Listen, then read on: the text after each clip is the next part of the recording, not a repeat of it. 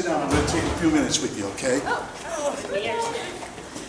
Okay, my name is Mark Soto. You met me today. I've been a football coach for 18 years, and I can't even tell you how honored we are to have you guys in this event. I mean, I got emotional on the parade deck today, right? Guys, this is special. Last year, when we were doing this event here, we saw you guys warming up, and my partner and I looked at each other and we went, we gotta get the girls in this. We gotta get the girls in it. And here you are. Here you are. The first game of the Honor Bowl is the Cathedral Catholic Dons. Come on! Oh my goodness. We go to Phoenix after this and we re-rack this whole thing with other girls, but you guys are the first! I love it. So I want to give you guys a little breakdown of what the Honor Bowl is about. I wanted you guys to know the heart of the Honor Bowl and why we do this, okay? You saw a little today when you went to the Memorial Garden how special that was. But I told you already that I used to be a football coach. And when I was a football coach, I had boys that were my sons that when they saw the towers fall, they said, Dad, we want to go serve. So one went Marines, one went Army, right? The Marines ended up serving with the 3rd Battalion, 5th Marines, and you learned a little bit about them today. But in 2010, when he was going on that deployment, he never told me where he was going. He never said, Dad, this is where I'm going. We always had an idea where he was going, but we never knew on this deployment where he was going. So what we would do is we'd go to Camp Pendleton and we'd buy a keg of beer and get all the Marines together and they'd be all like, we're ready to fight, rah, get some, right? But this one was a little different. The boys were a little tense. The boys were a little off. And I was like, something's not right. Something's not right about this one. And then my boy took me by the shoulder. He said, Dad, let's go for a walk. I said, what's going on? He goes, you're leaving your party. He goes, Dad, I haven't told you where we're going yet. I want you to know. He goes, Dad, we're going to this place in Afghanistan called Sangin. Do yourself a favor. Don't Google it. What do you think I did? Dad? Google it. Immediately Google it. Pulled out my phone, started looking, and he's now walking away going, hey, Dad, I'm going to be okay. Don't worry. And I'm just sitting there going, what's this Sangin place? And within minutes, I learned that the British Royal Marines were there for 4 years, and they lost the most men they've ever lost during the Afghanistan conflict.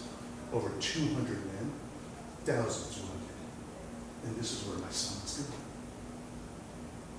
So, they left. They left, and Mom and I were just freaking out. And then this is where it gets weird. He tells me later, when he came home, is when they were landing in their FOB. They were hearing pings coming off their helicopter. As they were landing in the relative safety of their base, they were getting shot at. They were surrounded by white flags. Now, when we hear white flags, what do we think? Surrender, right? No, not to the Taliban. The Taliban put these white flags on the ground, and in black spray paint, they spray paint, death to the Americans, death to the infidels. The first patrol, they acclimate to the base. The first patrol leaves the base. And as the patrol leaves, you know, they're ready to get some, right? You saw some Marines today. They're proud. The first Marine patrol leaves the base. Boom! The boom was so loud that it shook their base. So they all radio with the guys. Guys, you okay? Radio silence. When they get out to where the guys were, they all get ready and they go out there and they say, what happened to that patrol that just left? When they get out there, there was a Taliban around, I don't know, 2 blocks away, and he detonated a bomb. The bomb so big that it lifted up the Humvee, twisted it like a corkscrew, and 4 Marines were instantly killed. Around 3 days later, I'm a coach in Granite Bay High School, California. You might have heard of it.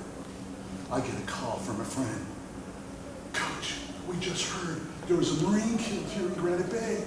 You might know the family. He used to play football. I got to call the family. I got to find out who it is. So I'm calling the family. I finally get a hold of them, and they're on their way to get their son's body in Dover. And that's when I learned who it was. It was Victor Dew. He used to play ball for me.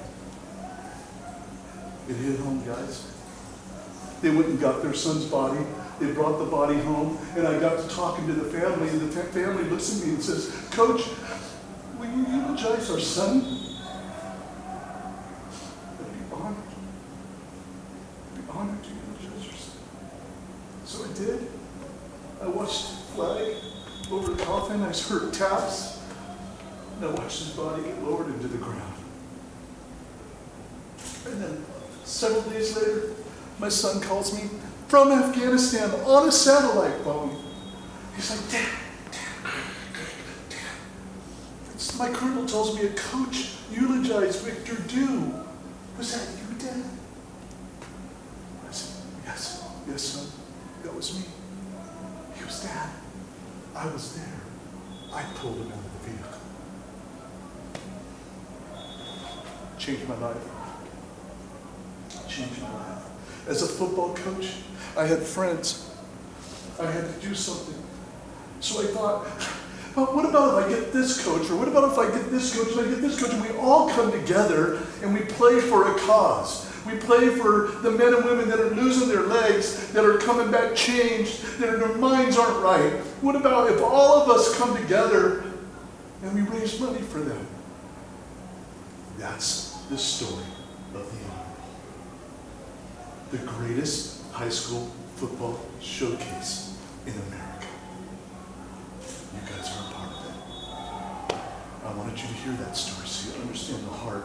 And after 210 high schools we've entertained, many of them in this high school, I still get emotional when I tell that story.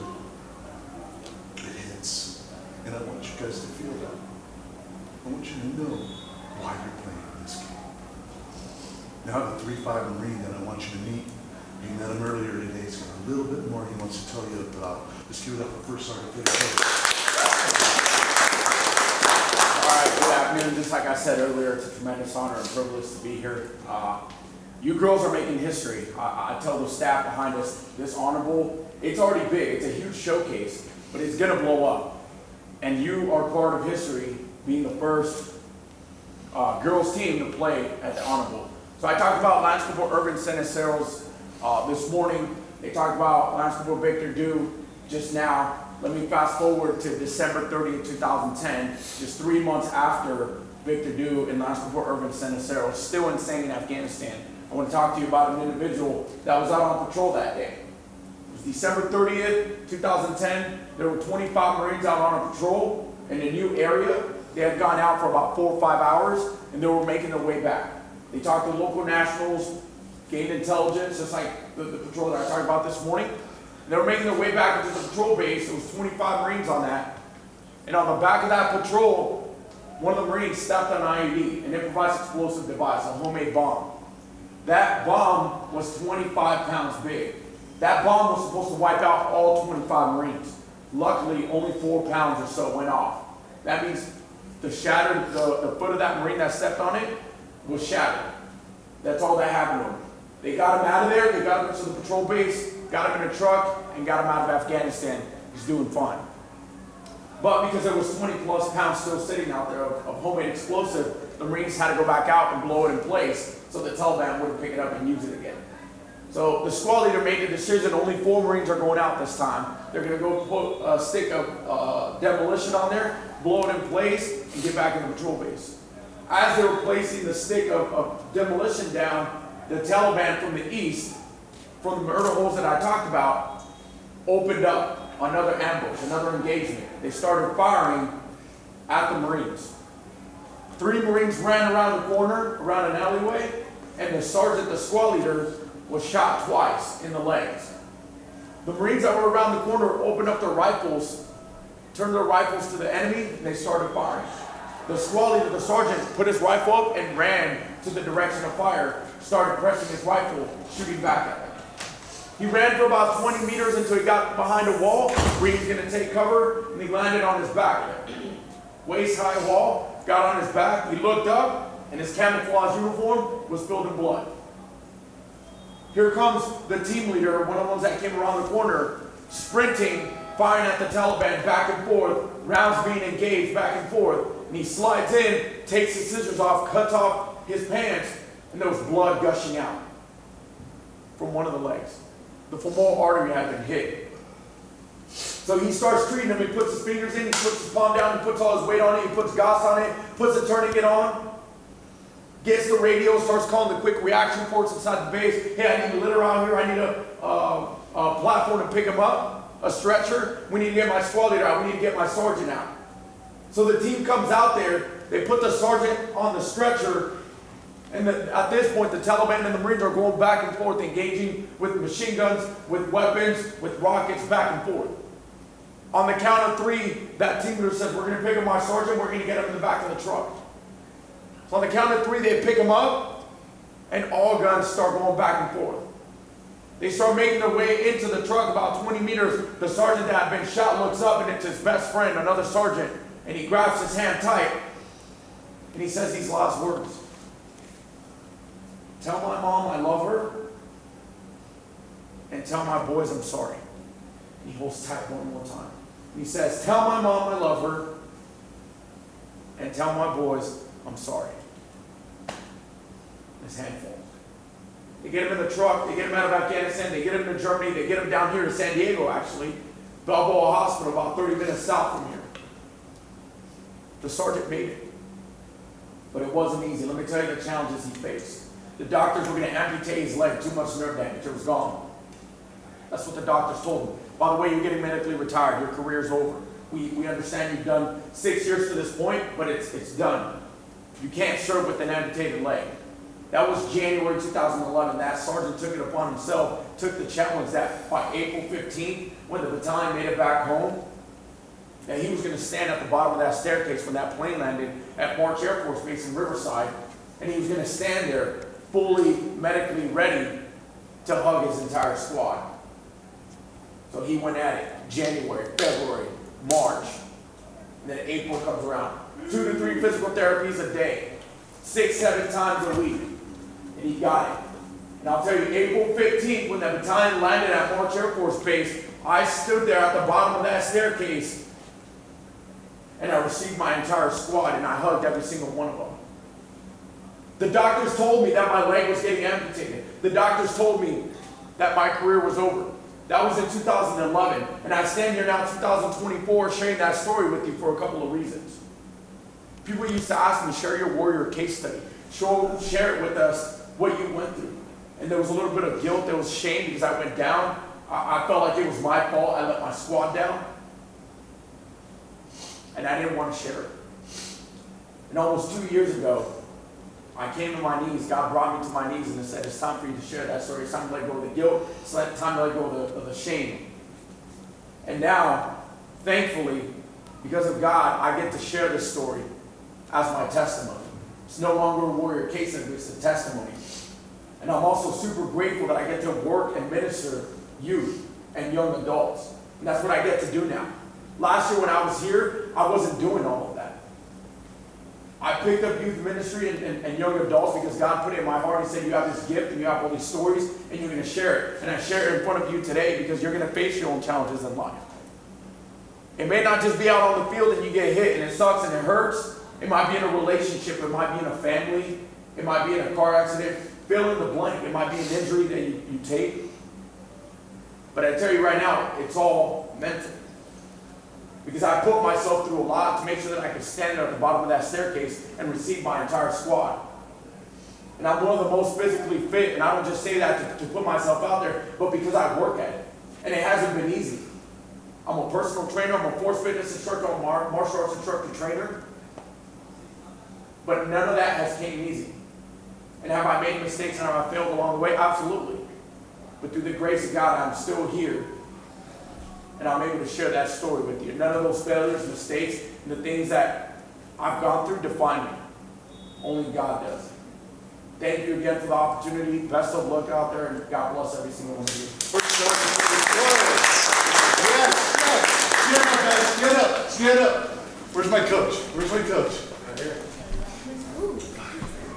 It was so nice to meet you today, sir. So nice. Okay, some housekeeping real quick, okay? Coach, we've got some banners set up, all right?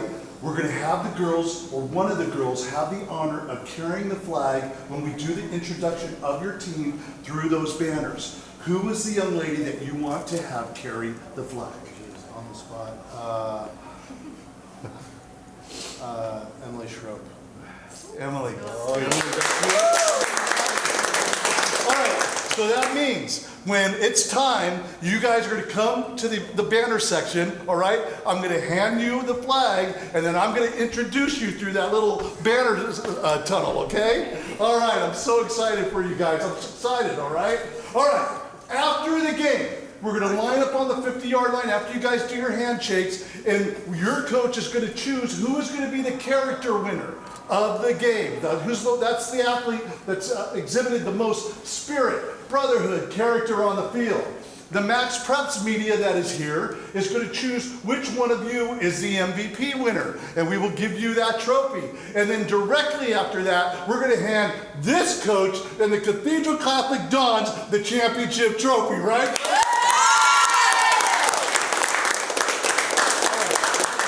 We have some gifts for you guys. They're bands, all right? They should all fit you, all right? If you need more, just come by the booth. We'll get you more. But please make sure all the girls get one of these bands. Come in tight, hands up, hands up. Okay, the Marines have a saying, and it's 3-5, get some. 3-5, get some. So when I say 3-5, you yell, get some, right? 3-5!